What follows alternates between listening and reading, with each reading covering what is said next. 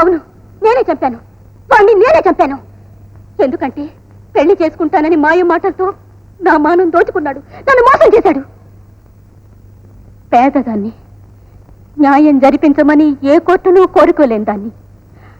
అందుకని కక్ష కట్టాను.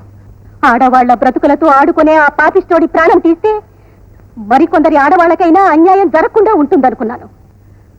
అందుకని ఆ రాత్రి అవకాశం దొరకగానే కొన ప్రాణంతో ఉన్నవాడిని నా కస్తీర కొట్టి చెప్పాను. నిర్దోషిగా గుర్తించి ముద్దాయి దేవిని విడుదల చేయడమైనది.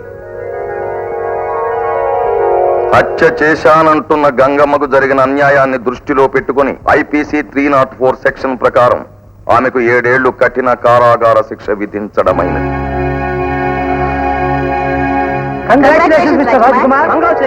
నిరపరాధిని రక్షించారు, శిక్ష తప్పించారు, న్యాయానికి న్యాయం జరిపించారు. ఏంటో అది మన డ్యూటీ.